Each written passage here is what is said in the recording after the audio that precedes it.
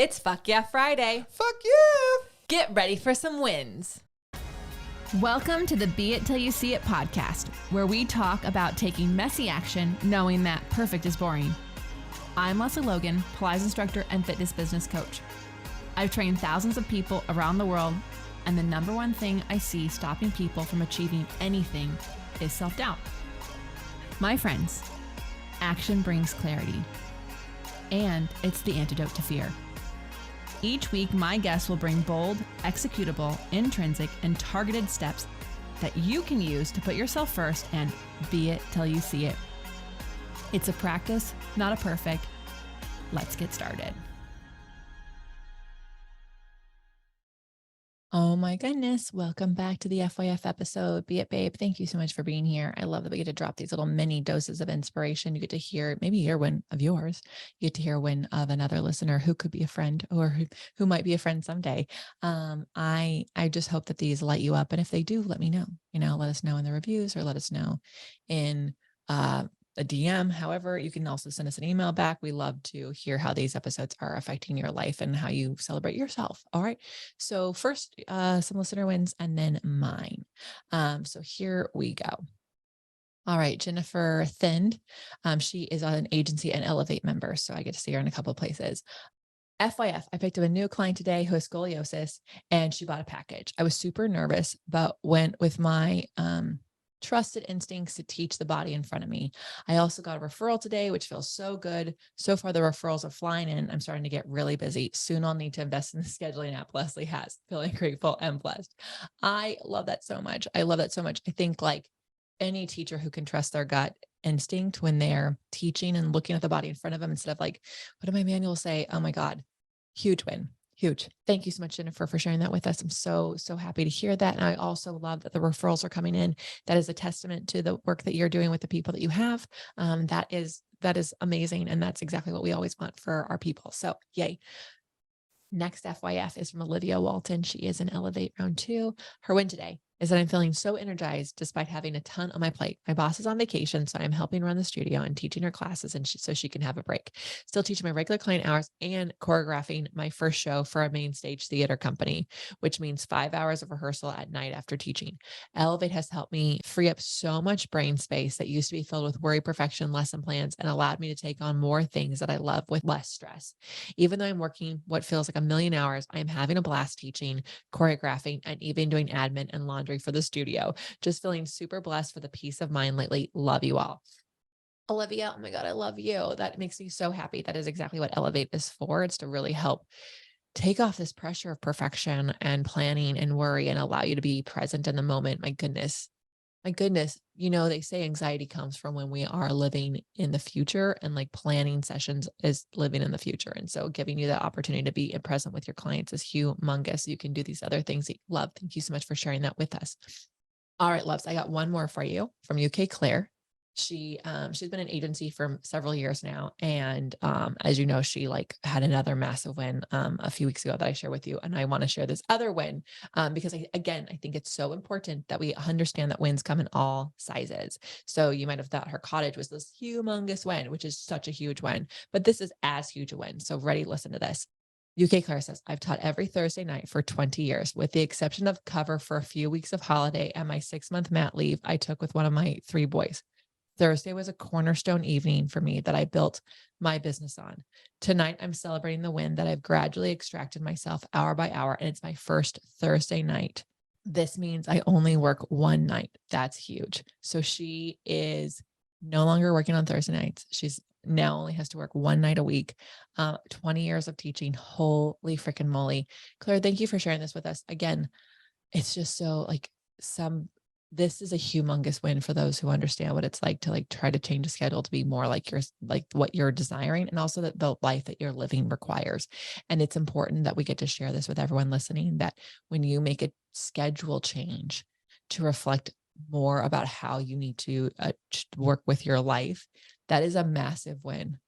Maybe it's not like something like Facebook's going to care about because it's not a new cottage, right? But it's a massive win in the life, and it's a domino effect for the people around you. So thank you for sharing that with us so we could share with the group, because I want to inspire more people to celebrate wins like this. So thank you. So my win this week is actually more of an epiphany. And I think we should celebrate epiphanies. So I have been hobby hunting. As you know, I've been listening to this podcast for 2 years. I've been hobby hunting. And yes, I did enjoy rock climbing. And yes, I'm going to keep doing that. We're going to be intentional about that. At first, I was like waiting for us to have a time to be in town long enough to make the membership worth it. Because there's these commitments. Have you ever seen those memberships where like, well, if you sign up for this much, it's this price. And so Brad and I typically are like, well, we'll get that one because that's like it's a great deal. And then we'll just, we'll go this much and we'll use it. And the truth is that like, we don't have that capacity to enjoy that membership. And so we haven't actually gone to sign up for it because we're going to be out of town. And I was like, no, I think we need more intentional and we just need to pick the membership that will work for us right now, even though it is going to be more expensive because that it's important for us to have this hobby. So that's one when we are going to go get that membership. We're just going to pay for 1 month at a time and use it on the months that we're actually here for most of the month. And that's it. And, it's not how I love to make a habit and a hobby, but it's actually the way that works for us today. And it's so important to own those opportunities. We can't be all or nothing in this life and think that it's going to be a wonderful thing and a happy thing. The other epiphany I had is, I have this lovely life that I'm so grateful for in Las Vegas, and I have amazing friends around the whole world. But I actually, I have several friends here in Vegas that I truly love to see and I hang out with and I see regularly. But I am searching for this more consistent community that I had in LA. Very something similar in LA. I know you're like, LA community, what? Yeah, actually, if you build your life the way you want it in LA is a phenomenal place. And I love my entire time that I had there. Well, I'll say from 2013 to 2020 was like my favorite 7 years of the 14 I was in there. They were all great, but just the community I had for those 7 years was phenomenal. And I created that. And what I haven't been able to have is that similar, can't wait to see you on a Tuesday morning kind of a thing. This, I saw this person every single Tuesday and that was kind of our thing together. And I saw these girls on every single Wednesday. And I had this epiphany with Brad. I was like, I think what I am missing, I keep calling it hobby hunting, but what I am missing is these, I had these morning touch points with these women who really inspired me. And I don't know that it's going to be something I do here in Vegas. It might be these morning touch points that I do with friends on phone calls for a while. I'm going to have to make it work for me and I'm going to have to explore that, but I don't have to actually know the answer right now. So win number 3 is I don't have to actually know the answer right now. The most important thing is I've had this epiphany of that's what I'm missing. That's what I'm missing in my life.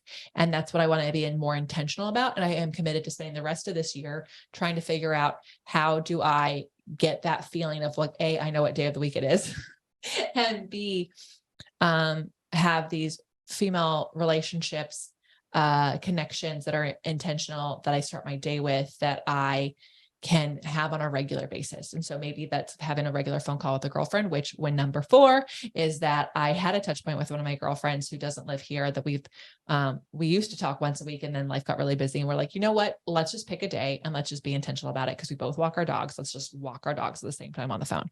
And so I think, sometimes we don't celebrate a win till it's completely done, till something's it's actually completely completed, fully completed. But it's absolutely necessary that we celebrate the win in the moment of the aha, that's something I'm missing. And what can I do in this moment? What can I do right now to start to flick the first domino on that journey? And so proud of myself, did that. Super happy about that. There's an episode coming out with Nicole Mitchell that you'll see why it's so important to take action in the first day. Because it's so easy to postpone these things. So I hope that you celebrate the aha moments in your life. I hope you celebrate the epiphanies. I hope you celebrate the idea and you don't wait. Please don't wait until you have completed the whole thing.